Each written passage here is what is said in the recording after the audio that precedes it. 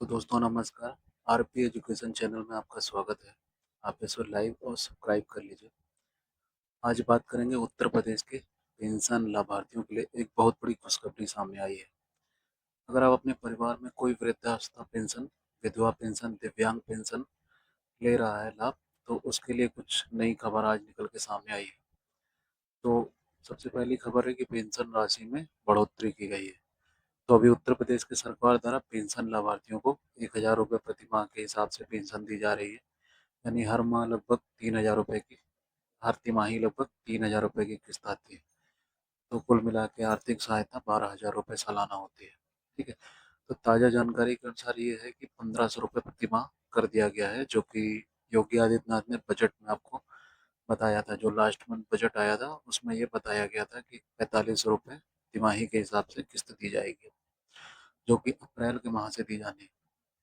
ठीक है। तो उस हिसाब से अब सालाना लाभार्थियों को 18,000 रुपये सालाना मिलेंगे। बात करते हैं कि अगली किस्त अप्रैल मई जून में कब आएगी। तो पेंशन लाभार्थियों के मन में सबसे बड़ा यही सवाल है कि अगली किस्त कब आएगी। हालांकि सरकार की ओर से अभी कोई आधिकारिक जानकारी नहीं दी गई है, लेकिन पिछले माह को देखने में देखा जाए तो जून के आखिरी सप्ताह या जुलाई के पहले सप्ताह तक अप्रैल मई और जून की किस्त खाते में आ जाएगी। ठीक है। तो कुछ गलतियां हैं जो पेंशन धारक करते हैं, तो उन गलतियों को जान लेते हैं कि कौन सी गलतियां हैं जिसको करने से आप बचें। तो सरकार ने राशि बढ़ाने के लिए वेरिफिकेशन सत्यापन की प्रक्रिया शुरू की है। तो अगर आप अपनी 45 वाली किस्त रुकने नहीं देना चाहते, तो पहली शर्त है कि ई-केवाईसी अपनी पेंशन आईडी को आधार लिंक से लिंक कराएं। पेंशन पोर्टल और आधार कार्ड पर अपना नाम एक जैसा होना चाहिए। ठीक, स्पेलिंग को कोई मिसमैच नहीं होना चाहिए। एनपीसीआई इनेबल बैंक खाता होना चाहिए। सुनिश्चित करें कि आपका बैंक खाता आधार से लिंक है। DBT direct benefit transfer enable है। अगर नहीं इनेबल है तो बैंक जाके उसको इनेबल कराएं। ठीक है। भौतिक सत्यापन की बात करें तो ग्राम विकास अधिकारी या समाज कल्याण विभाग द्वारा किया जाने वाला भौतिक सत्यापन पूरा होना पूरा होना चाहिए। अपात्र पाए जाने पर लिस्ट से नाम कट जाएगा। नया नियम क्या है कि नए आवेदकों के लिए केवल आधार कार्ड उम्र का ही प्रमाण माना जाएगा। इसके लिए परिवार रजिस्टर की नकल या शैक्षिक प्रमाण पत्र देना अनिवार्य हो सकता है। ठीक है। ये चीज़ें भी अनिवार्य हो सकती हैं, शैक्षिक प्रमाण पत्र या परिवार नकल।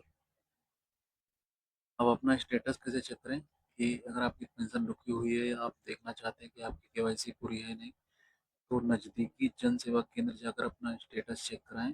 स्टेटस में KYC pending, Aadhaar not linked दिख रहा होगा तो उसे तुरंत ठीक कराएं। ठीक है। अगर कुछ भी नहीं है, तीनों टिक है वहाँ पे, देखिएगा वेबसाइट पे जब लॉगिन करेंगे तो वहाँ तीनों टिक है। अगर तीनों ग्रीन टिक है तो कोई दिक्कत नहीं है। तो निष्कर्ष यह निकला है कि यूपी सरकार यह कदम बुजुर्गों की जरूरतमंदों के लिए बड़ा सहारा है। अगर 1,500 रुपये प्रति माह उनके आत्मसम्मान और जरूरत के लिए बहुत मददगार साबित होगा। तो आपकी पेंशन को निरंतर जारी रखने के लिए कागजी कार्रवाई दुरुस्त कर लें। ठीक है। ये एक हिसाब से सहायता हुई। अगर 1 से 1,500 रुपये आपको महीने का मिल रहा है तो सरकार की तरफ से बड़ी काफ़ी अच्छी सहायता है।